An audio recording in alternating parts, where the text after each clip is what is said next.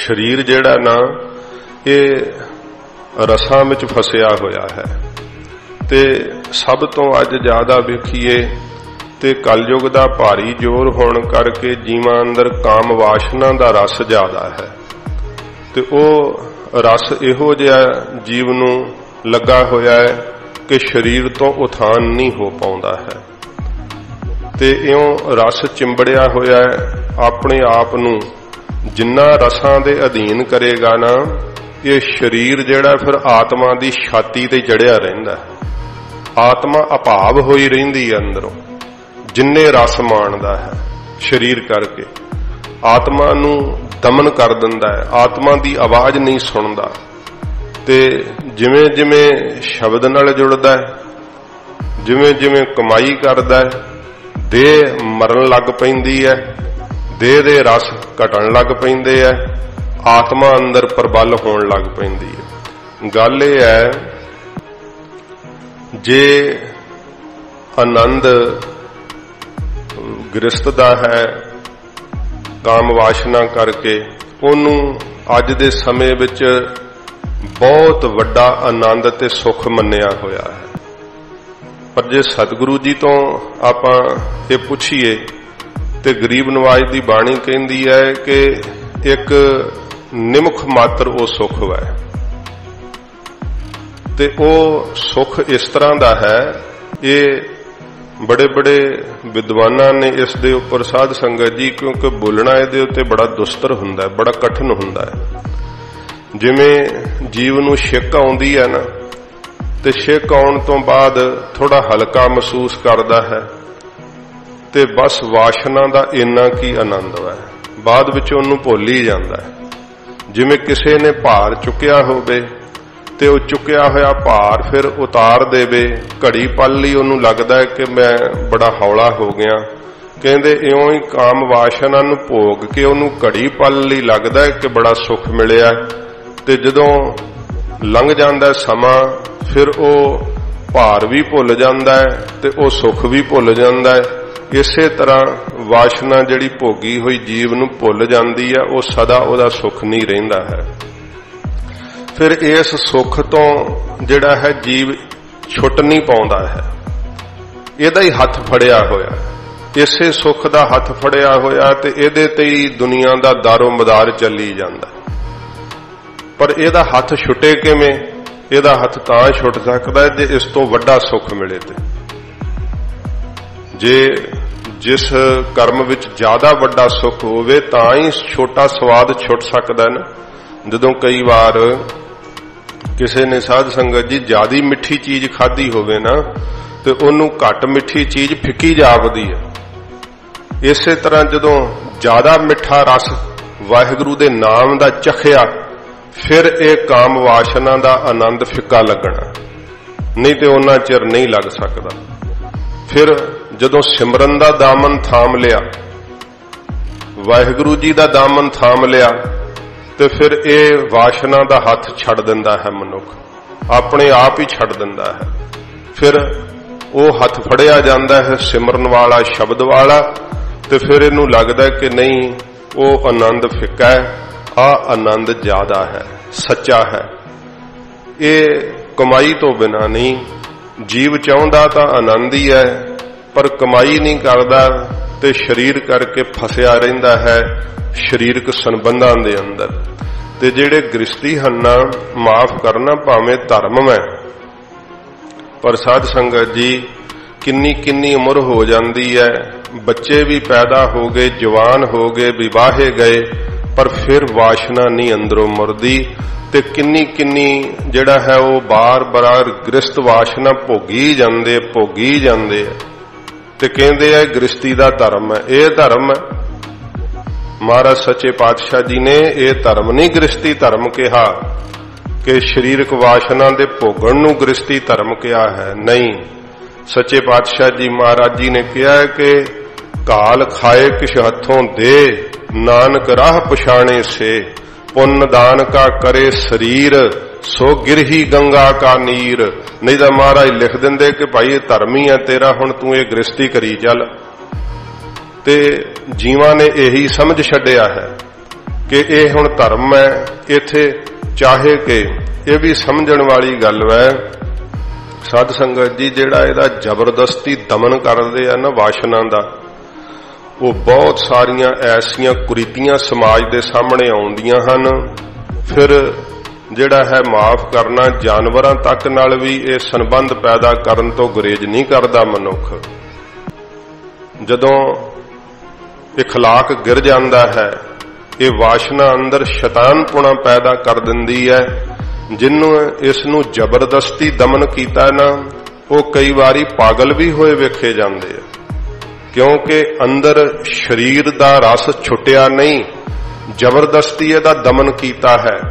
ते फिर उत्थे की हुंदा है, जिहड़ियां सूक्ष्म रूहां हन ना, ये साडे आले दुआले विचरदियां, ओनू नहीं आ करके चिंबड़दियां, जिहड़ा शरीर दी ते मन दी सुचमता सहित रहिंदा है, ओनू ही आ करके ये भी मन्निया गया है दार्शनिकां दा कि जिहड़ा साध संगत जी जिहड़ा वासना नूं कई कई प्रक्रिया नाल भोगदा है, हस्त मैथुन आदक करदे है, उन्हां नूं प्रेत आत्मावां बहुत जल्दी चिंबड़दियां ने। जिहदे अंदर वासना है भोगण दी, पर भोगण नूं कोई समाज विच व्यवस्था नहीं मिल रही, अंदर वासना मर नहीं रही, जबरदस्ती दमन कीता होया है, ते उन्हां दे अंदर फिर साध संगत जी इहो जिहियां प्रेत आत्मावां भी आ करके उन्हां नाल गृहस्थ विहार तक कर दिंदियां। इहो जी हालत बन जाती है। ते जीव दे मलीन हृदय करके है सारे कारण।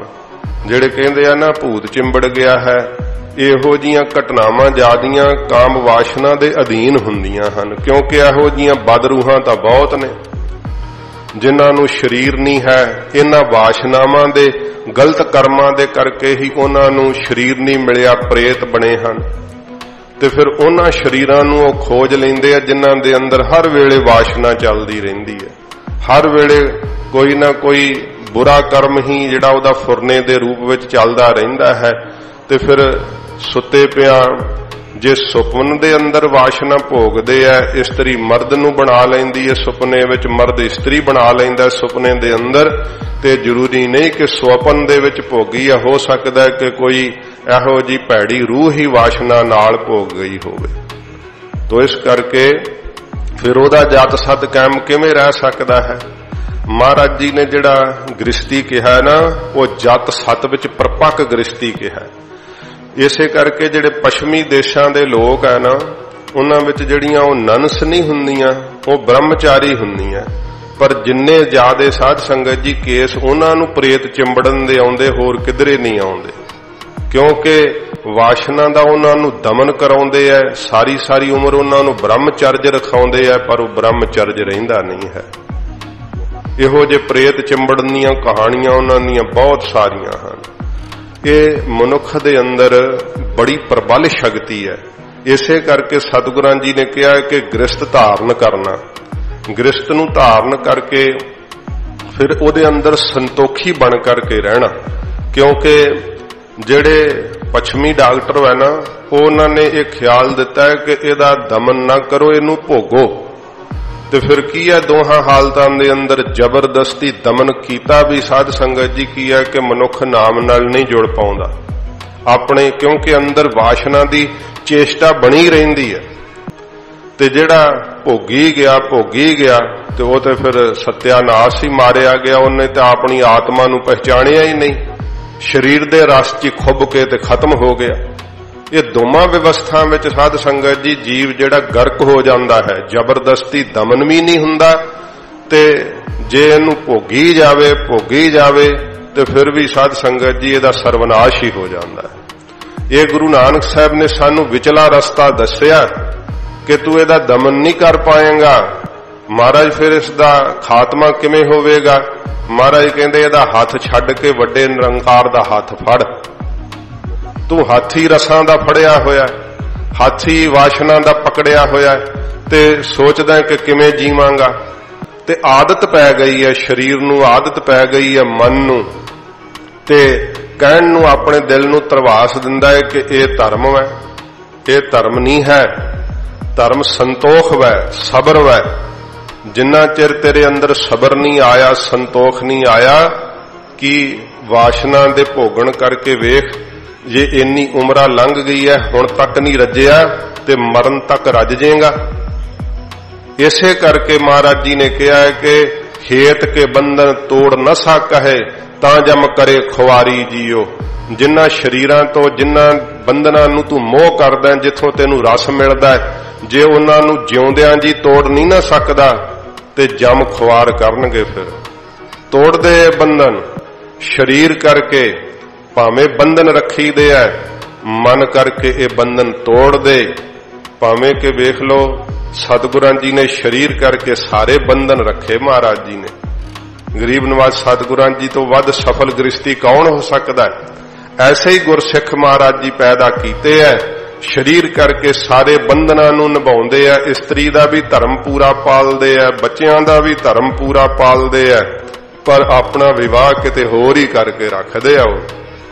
उन्हां ने भगती रूपी इस्त्री बनाई हुई है ते फिर भगती रूपी इस्त्री दे नाल साध संगत जी वो शब्द विच एकमिक हुंदे है, महाराज साहब जी दे शब्द नाल जुड़दे है।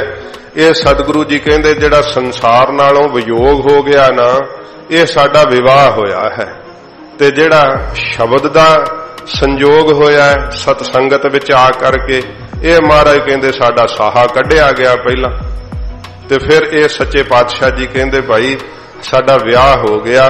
गुरसिखां नूं महाराज जी सिक्ख्या दिंदे है कि ये विवाह करना चाहिदा है। ते अज विवाह नूं भी की समझिया होया, काम वासना दे भोगण दा एक साध संगत जी जरिया समझिया होया बस। ते जेड़ा ये जीव आनंद समझदा ना साध संगत जी, ये आनंद जे सच्चा होवे तां फिर सदा बनिया रहे। ये आनंद सच्चा नहीं, इस करके महाराज जी ने कहा निमुख काम स्वाद कारण। उते भावें उथे सतगुरां ने पर इस्त्री दे वाक कहे है, अपनी धर्म पत्नी नूं छड्ड करके होर थावां ते कुकर्म करने, क्योंकि जिहदे अंदर वासना नहीं ना मरी, माफ करना ओनू मौका नहीं मिलता। जे मौका मिल जे तो नहीं वेखेगा कि मेरी धर्म पत्नी है जां संसार दा की नाता है जां की रिश्ता है। ये विवाह है, इदां तां अराजकता फैल जाएगी, समाज दा ढांचा ही गिर जाएगा, जिस करके कि आप वेख रहे हो गिर भी रहा। बहुत ज्यादा बुरी हालत हो रही समाज दे ढांचे दी। सारा कुछ ये तां ही साध संगत जी उलट पुलट हुंदा जा रहा, क्योंकि जीव दी मत काम वासना विच मारी गई है। विवाह नूं केवल काम वासना दी पूर्ति दा साधन मन्नी बैठा है, ते फिर ये बाहरों समाजिक तौर ते समझदा बस यही धर्म है। ये धर्म नहीं है। सतगुरां जी ने कहा है कि जिहड़ी शक्ति तेरे कोलों दबाई नहीं जाती, जे तू गृहस्थी बन गया है इहदा हथ छड्डण लई यतन कर। भोगदियां भोगदियां जिहड़ा है तू थक जावेंगा, जे इहदे विच ही लगा रहो तां इउं कर कि अपनी वासना नूं शांत करके भजन विच लग जाया कर। फिर जदों तेरी वासना चरम सीमा ते पहुंचे फिर भोग लिया, क्योंकि गृहस्थी है, ते फिर भजन विच उन्नी तीव्रता नाल लग। एक दिन ऐसा आवेगा जिहड़ा तेरे कोलों वासना दा हथ छुट जावेगा, फिर तेनू निरंकार दे नाम नाल तेरा इहो जिहा नाता जुड़ेगा, वो आनंद तेनू वड्डा भासण है। जदों वड्डा आनंद लभ गया छोटा आनंद आपे ही छुट जांदा। फिर इवें ये गृहस्थियां लई दोहां लई निजम है, दोहां लई निजम है। ये नहीं कि एक निजम रखे ते फिर दूसरा निजम ना रखे तां भी निजम नहीं रहिंदा, क्योंकि गुरमुख गाड़ी राह चलंदा वाक कहे है। गुरमुखां वास्ते ये गड्डी दे दो पहिए हुंदे ना, एक टुट जे गड्डी चल सकदी है, नहीं चल सकदी। बराबर ही पहिए चाहिए, वड्डा छोटा होवे तां भी चलण च दिक्कत आउंदी है। जे बराबर पहिए होण ते गड्डी चलदी है। इस तरह गृहस्थ दे दो पहलू दो पहिए ने। ते सतगुरु जी ने कहा संतोख तो वड्डी होर कोई साध संगत जी दात नहीं है। गृहस्थ तो संतोख रखना चाहिदा है। ते जे की है, जे वैदिक दे मुताबिक भी सुनिए ना तो साध संगत जी वैदिक भी ये कहती है कि बच्चे वास्ते पशु गृहस्थ करते है, फिर वो गृहस्थ नहीं करते। पर एक जीव है जिहड़ा बच्चे तो बिना ही किन्ना काम वासना विच डुबिया होया है। फिर वो शरीर की रखिया वास्ते दसदे है कि शरीर रिष्ट पुष्ट रहिंदा है जे महीने विच एक बारी ये संबंध करे तां फिर शरीर नूं रोग नहीं लगता है। ते जे होर संजम वरत लावे तां फिर इनू अंदर ही अंदर इहो जी इहदे अंदर आत्मा दी सत्ता जागदी है कि फिर शरीर करके भावें के वासना भोगदा है। साध संगत जी जदों वासना दे भोगण विच प्रवृत्त हुंदा है ना उदों सवासां दी गति बहुत तेज चल पैंदी है। पर ऐसे कमाई वाले गुरसिख जिहड़े गृहस्थ दे निजम नूं भी निभाउंदे है अपने असल स्वरूप नूं शरीर तो पासे करके वेखदे है कि मैं गृहस्थ नहीं भोग रहा, मेरा शरीर गृहस्थ भोग रहा है। मैं नहीं गृहस्थ भोग रहा, मेरा शरीर गृहस्थ भोग रहा है। ये अवस्था आत्म सत्ता जदों जाग पैंदी है ना फिर प्राप्त हुंदी है। नहीं तां भोगण च जीव साध संगत जी इन्ना ज्यादा, क्योंकि सतगुरु जी ने श्री दसम ग्रंथ दे अंदर ਇਹਦਾ बहुत विस्तार हजूर ने दसिया कि वो किवें जीवन दीयां कदरां कीमतां तो डिग जांदे है। किहो किहो जे चेहरे संसार विच उन्हां दे हुंदे है ते अंतरीव उन्हां दीयां शक्लां किन्नियां भयानक हुंदियां दसवें पातशाह ने चरित्रां विच दसिया। ते किहो किहो जे नीच कर्म कर दिंदे है, किहो किहो जे भैड़े ढंग नाल गृहस्थ वासना नूं भोगदे है। हजूर ने सब कुछ खोल के दसिया। इसे करके कईयां नूं पता नहीं ना लगता कि महाराज ने किस तल दे उत्ते सानू ज्ञान दिता है। तो ये साध संगत जी महाराज ने कहा केवल विवाह नू शरीरक विवाह नू भी काम दे भोगण दा जरिया ना बना, इनू भी वाहिगुरू नू मिलण दा ही राह बना लै। इसे करके महाराज ने रहतनामियां विच वाक कहे है कि सिख सिखणी मिल बहै चर्चा करे अपार, भजन सिखावे पुत्र को हर भज बारंबार। दोवें मिल के बह के भजन करन, पर जे दोवें मिल के फिल्मां वेखण, जे दोवें मिल के लड़न झगड़न ते अपने बच्चे नूं भी कई ना छोटा बच्चा गालां कड्डे ते बड़े खुश हुंदे आ, कहंदे अपने ना दादे कोलों सिੱਖੀ है। दसो तुसी बच्चे नूं भजन सिखाउणा कि गालां सिखाउणीਆਂ ਹਨ। इस तरह की हालत है, ढांचा ही सारा विगड़िया होया है। ते जे इस तरह चलदा जावे ना ते फिर विवाह दे धर्म भी नहीं निभदे, फिर तां ही तलाक हुंदे है। साध संगत जी छुट जांदे आ रिश्ते, एक दूसरे नाल बेइतफाकी बन जांदी है। ते जिवें जिवें फिर ये चीजां वधदियां ना ते माफ करना जीव जीव तो दूर हो करके जानवरां दे नेड़े जाण लग पिया है। ये पश्चिमी देशां दे अंदर जिहड़े ਇਹਦੇ खोजी ਹਨ ना वो इन्हां गल्लां नूं उजागर कर रहे है कि जीव दा आपस विच इस्त्री मर्द दा इतफाक घटदा जा रहा है ते पशुआं नाल इतफाक वधदा जा रहा है। ये माफ करना मैं गलत नहीं कहंदा, जे कोई तुसीं वेखो ना उत्थों दे समाज दा ढांचा अकल्ली इस्त्री होवेगी ते नाल 5-7 कुत्ते होणगे जरूर गड्डी च, अकल्ला मर्द होऊगा ते 5-7 जानवर जरूर नाल रखे होणगे पैट आदक अपने। ਉਹਨੂੰ लगता है कि मनुख नाल नहीं हुण मेरी बण आउंदी ते जानवर अगों कोई, क्योंकि वो बुद्धि नहीं है, निर्बुद्धि हन, उन्हें कोई भाव नहीं अगों प्रगट करना, उन्हें कोई अगों बुरा भला नहीं कहना। इस करके जानवर दे नाल ही अपनी जिंदगी बतीत करते हैं ते जिथे आप सौंदे है बहिंदे है खांदे है उत्थे ही कुत्तियां नूं खवाई जांदे, उन्हां नाल ही रहिंदे ते कुत्तियां वर्गा ही जीवन बन जांदा है। भावें कि दूसरे पक्ष तो कुत्ते नूं रखना हुंदा ते ओह काहदे वास्ते रखीदा है वो एक वखरा विषय है, मैं वो नहीं सोहना चाहुंदा, पर ओनू ओहदे फायदे लई वरतना चाहिदा है, ना कि जिस थां ते तुसी इस्त्री दी वरतों करदे आ उस थां ते जानवर नूं समझ लो, ते जां जिस करके जिस थां ते इस्त्री मर्द नूं चाहुंदी आ उस थां ते भी जानवर दे नाल पूर्ति करो। ये साध संगत जी सब कुछ ही एक कलयुग दीयां वड्डियां निशानियां ने। इसे करके ही सारा समाज दा ढांचा जिहड़ा वो गिर रहा दिन बर दिन। ते सतगुरु जी कहंदे भाई जिहड़ा बाहरों भी शरीर करके विवाह कीता है ना, इस विवाह नूं भी जरिया बना परमेश्वर दे मिलण दा, केवल वासना दे भोगण दा जरिया ना बना। फिर तू धर्म विवाह तक नहीं कायम रहेगा, अपने होरना रिश्तियां नूं भी जिहड़ा ਜਿਹੜਾ ਕਰਪਟ ਕਰ ਦੇਵੇਂਗਾ, ਭ੍ਰਸ਼ਟ ਕਰ ਦੇਵੇਂਗਾ। ਤੋ ਸੱਚੇ ਪਾਤਸ਼ਾਹ ਜੀ ਮਹਾਰਾਜ ਫਰਮਾਉਂਦੇ ਹਨ, ਅੰਤਰੀਵ ਵਿਸਥਾਰ ਤਾਂ ਬਹੁਤ ਆ ਪਰ ਸ਼ਬਦ ਨਾਲ ਜੁੜੀਏ।